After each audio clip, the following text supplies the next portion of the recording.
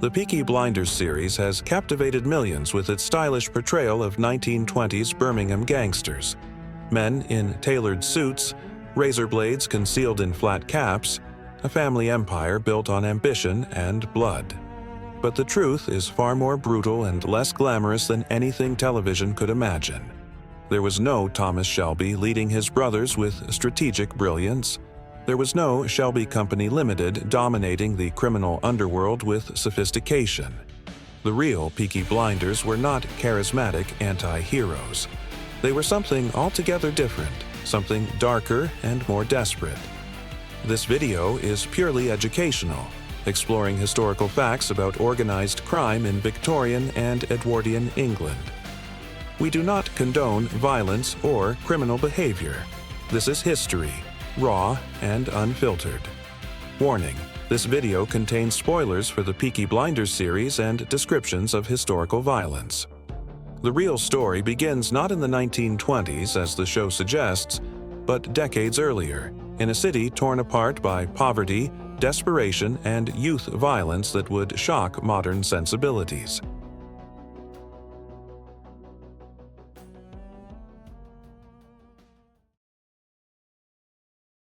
To understand the Peaky Blinders, we must first understand the sloggers. The term comes from the boxing world of the 1820s, where a slogger was a fighter who relied on powerful blows rather than technique. By the mid-19th century, this word had taken on a much darker meaning on the streets of England's industrial cities. Birmingham in 1850 was experiencing unprecedented industrial growth. Factories dominated the skyline, drawing workers with promises of employment. But for every success story, hundreds remained trapped in grinding poverty. In Birmingham's cramped slums, young boys grew up fast. Many started working in factories at age 7 or 8, spending 12-hour days in dangerous conditions for wages that barely kept their families fed. Education was a luxury few could afford. The streets were their classroom, and the lessons were harsh. By the late 1850s, Birmingham faced a crisis. Economic downturns hit hardest, unemployment soared. Young men who had once filled the factories now filled the streets with nothing to do and no prospects. Desperation breeds violence. The sloggers emerged from this environment. They were gangs of youths, some as young as 10 or 11, who roamed the streets looking for trouble. They robbed pedestrians, fought over territory, and terrorized anyone unfortunate enough to cross their path. Their weapons were belts with heavy buckles, knives, hammers, bricks, and their fists. What transformed these street toughs into organized slogging gangs was confrontation with authority. In the late 1850s, responding to pressure from wealthy citizens, police began cracking down on street crime. The response was immediate and violent. Rather than being cowed, the young criminals banded together. The slogging gangs were born not despite law enforcement, but because of it.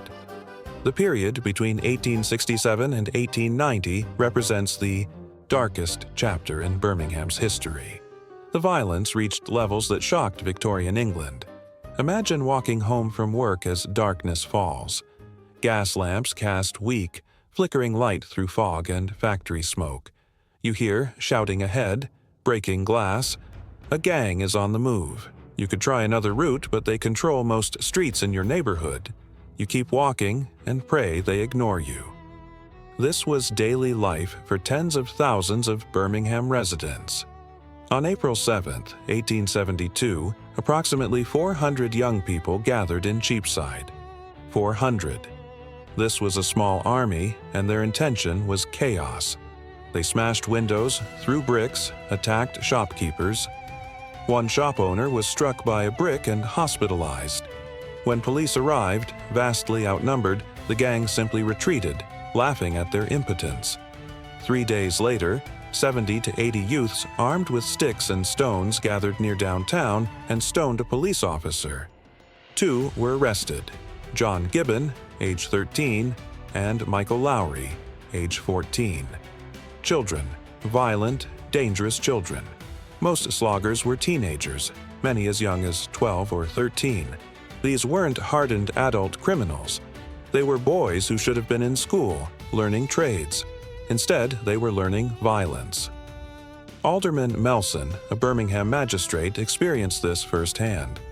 When the gang passed his house during the April 7th riot, he grabbed a stick and went outside to drive them away. His son followed and grabbed the gang's leader. Alone against dozens, the son was viciously beaten. He came home with a bloody face, split lip, and torn ears. No one was safe, not even magistrates' sons.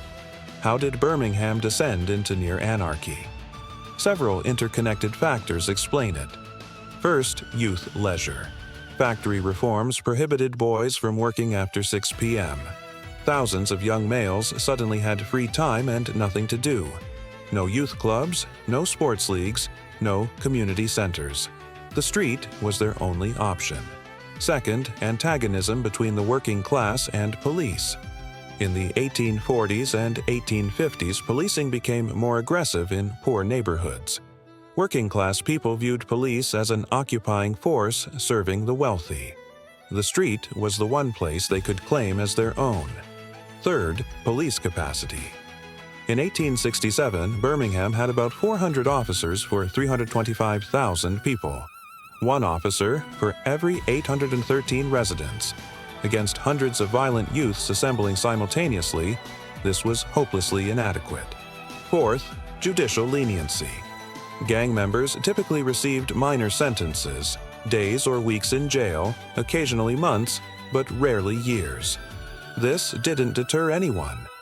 The term Peaky Blinders first appears around 1890. By then, slogging gangs had terrorized Birmingham for 3 decades. Let's dispel myths immediately. The real Peaky Blinders bore almost no resemblance to their television counterparts. They weren't well-dressed, sophisticated, or respected. They weren't building criminal empires. The real Peaky Blinders were petty criminals from the poorest neighborhoods. They wore whatever clothes they could afford. They were poorly educated, often illiterate. They committed crimes on a purely local scale: street robberies, assaults, illegal gambling. They were thieves who preyed on women, bullies who attacked in groups, cowards who ran when faced with equal opposition. There was nothing glamorous about them. They were a blight on their community, feared and hated by decent working people. According to legend, the Peaky Blinders sewed razor blades into their flat caps as weapons. During fights, they would headbutt opponents or slash faces, causing blood to flow into enemies' eyes, temporarily blinding them. The problem is, it's almost certainly not true. There's no contemporary evidence.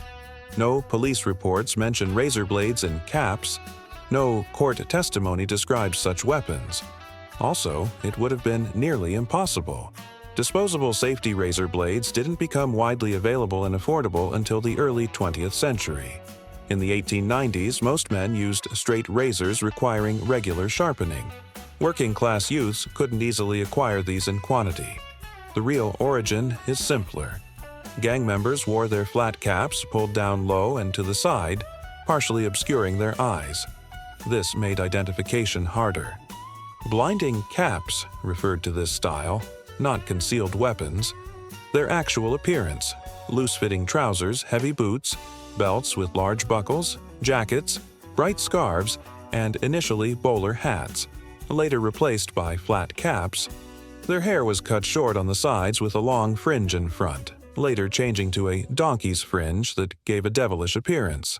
Their weapons: belts with heavy buckles, wooden clubs, bricks, brass knuckles, pocket knives, and sometimes rope with stones tied to the end.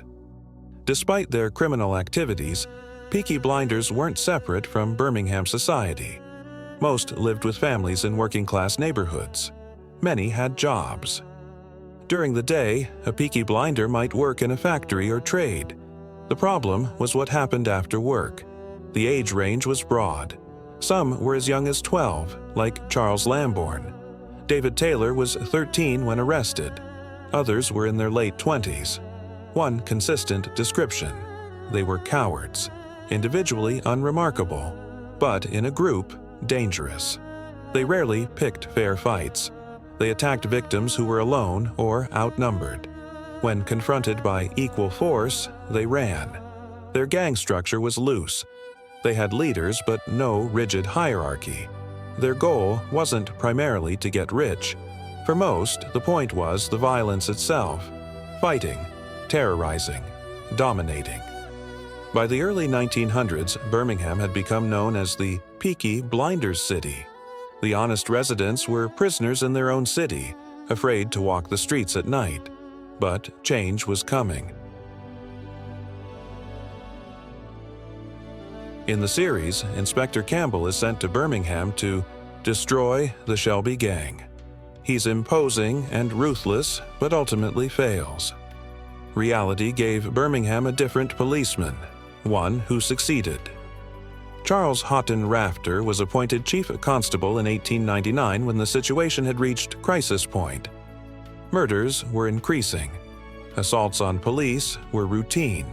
The justice system seemed powerless.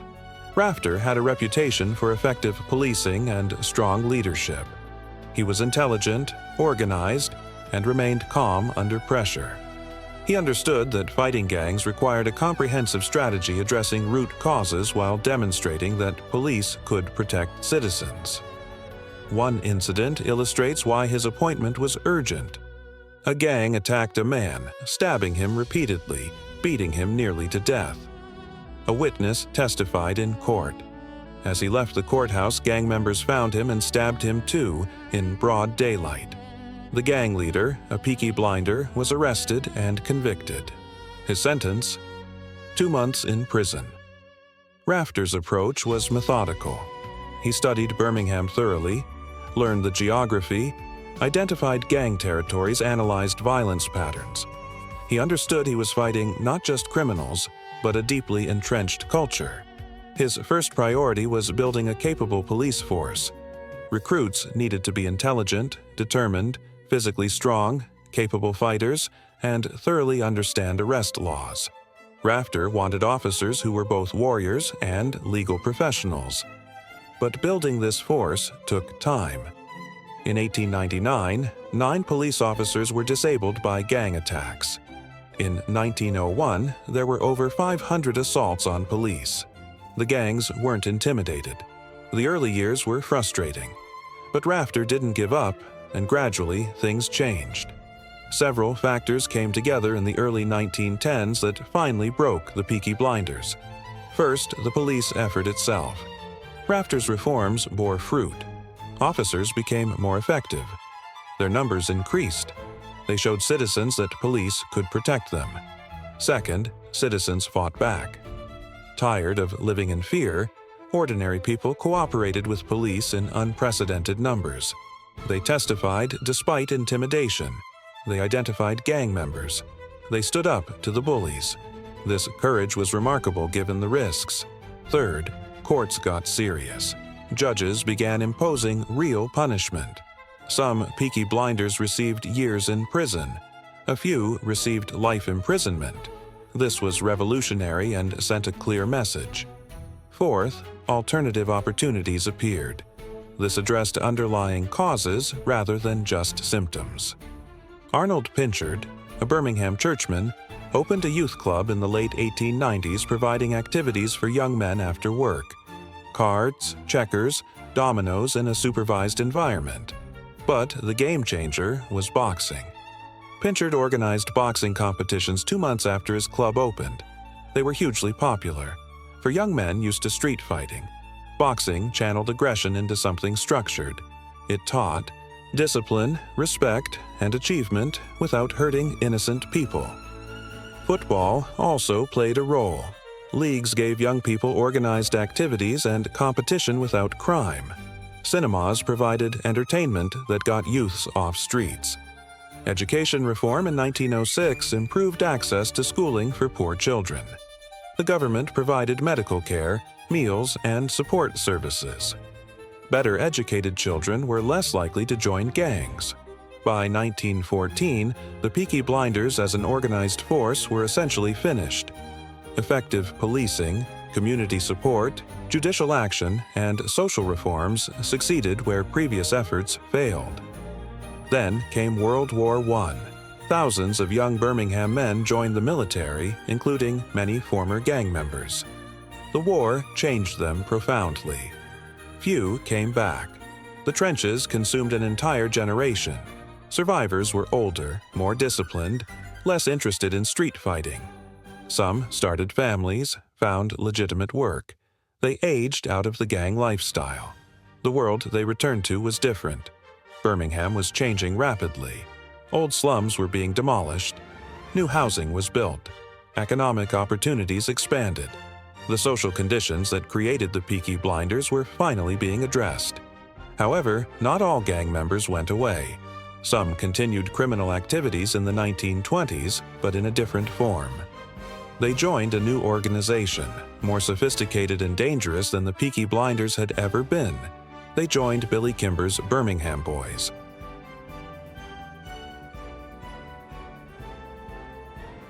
There actually was a family in 1920s Birmingham that resembled the fictional Shelbys. They were called the Sheldons. Steve Knight, the series creator, has stated that his father's uncles were connected to this family. The Sheldons were known as criminals who ruled through fear in Birmingham during the 1920s, particularly involved in illegal gambling. When creating his series, Knight changed the name slightly from Sheldon to Shelby. The Sheldons were a large family living on Witten Street in Birmingham. At the end of their street was a pub, the real Garrison. While most Sheldon siblings lived ordinary, law-abiding lives, three brothers chose differently. John, Samuel, and Joseph Sheldon became involved in serious crime. They were known as violent men, involved in riots, shootings, and gang warfare. Like the fictional Shelbys, they had business interests at Birmingham racetracks. However, their operations were limited to Birmingham itself. They never expanded to other cities or built the kind of empire depicted in television. For the real-life equivalent of Tommy Shelby's ambition and reach, you have to look at Billy Kimber. In the series, Billy Kimber appears as a relatively minor character, a London gangster portrayed as short and ineffectual, quickly dispatched by Tommy's superior strategy. The real Billy Kimber was nothing like this. First, he wasn't from London. He was Birmingham-born and bred from the Summer Lane neighborhood. Second, he wasn't short or weak.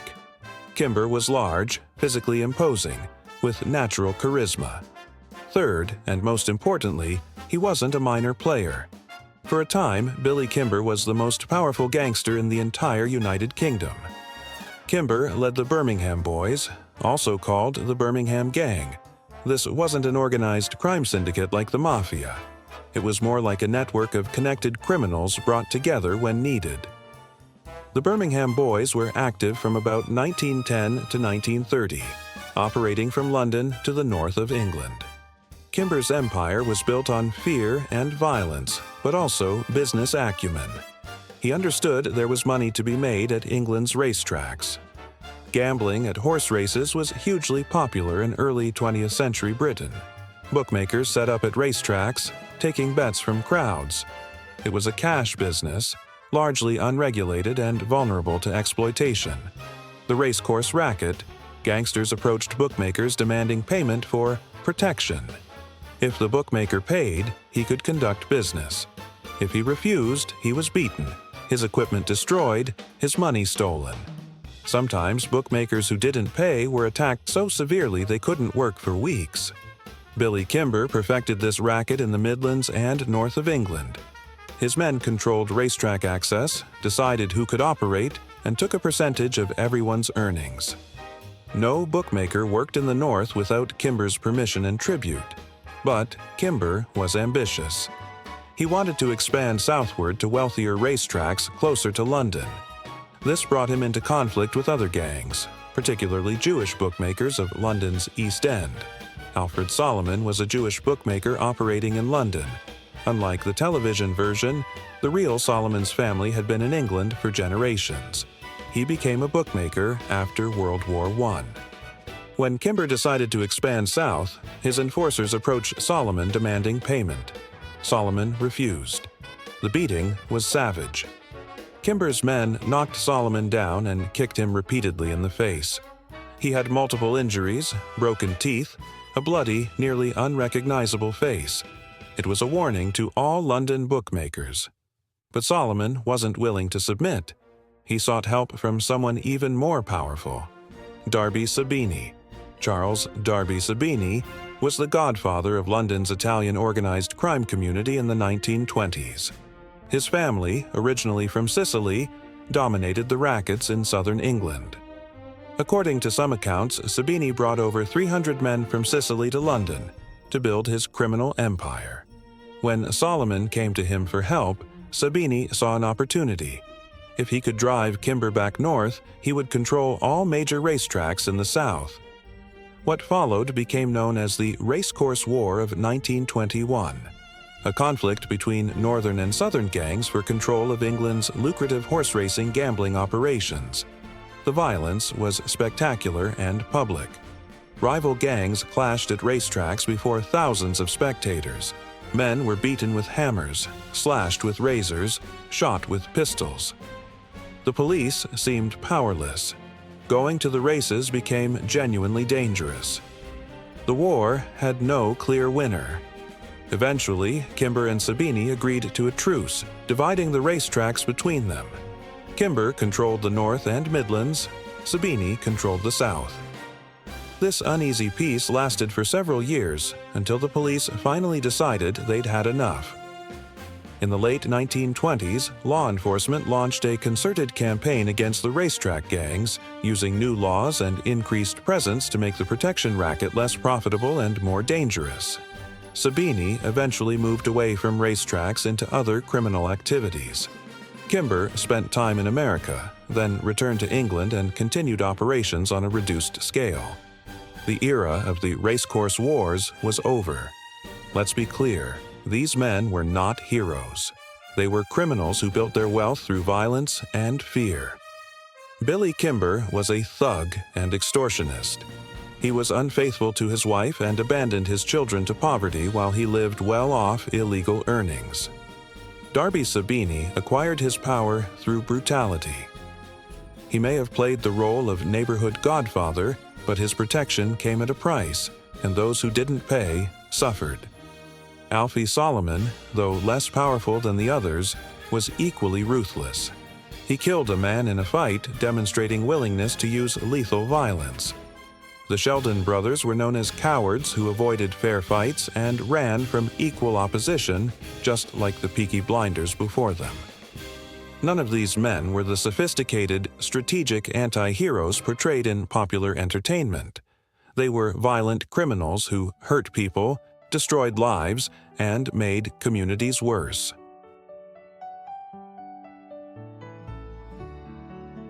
So, who should we admire from this era? Not the gangsters. The real heroes were the ordinary people of Birmingham who tried to remain honest in impossible circumstances. Workers who went to their factory jobs every day, raised their families, and refused to join the gangs even when that might have been easier. The real heroes were police officers who faced down violent mobs, knowing they were outnumbered and outgunned, because it was their duty to protect the public. Officers who were assaulted, injured, and sometimes killed, but who kept coming back.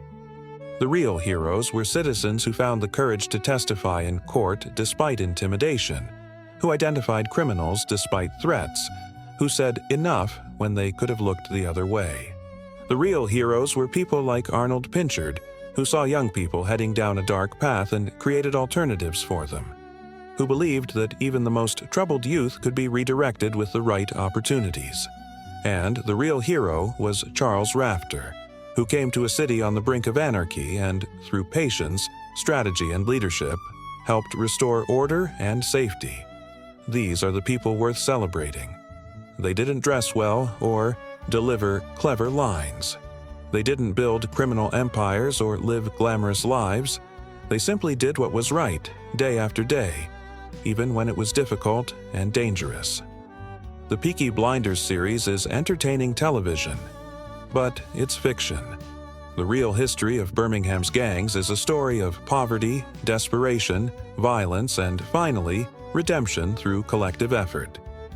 It's a reminder that societies can descend into chaos when the vulnerable are neglected, but also that determined people working together can solve even the most entrenched problems. The real Peaky Blinders weren't stylish heroes. They were a symptom of social failure, a warning about what happens when we fail to provide opportunity and hope to young people. Their defeat was a triumph, not because the police crushed them, but because society finally addressed the conditions that created them in the first place. That's the real lesson of the Peaky Blinders. Not that criminals can be glamorous, but that crime flourishes where hope dies, and that building a better society is the only real solution to gang violence. Thank you for watching. This has been the true story of the Peaky Blinders, a story far more complex and ultimately more instructive than any television drama could ever be.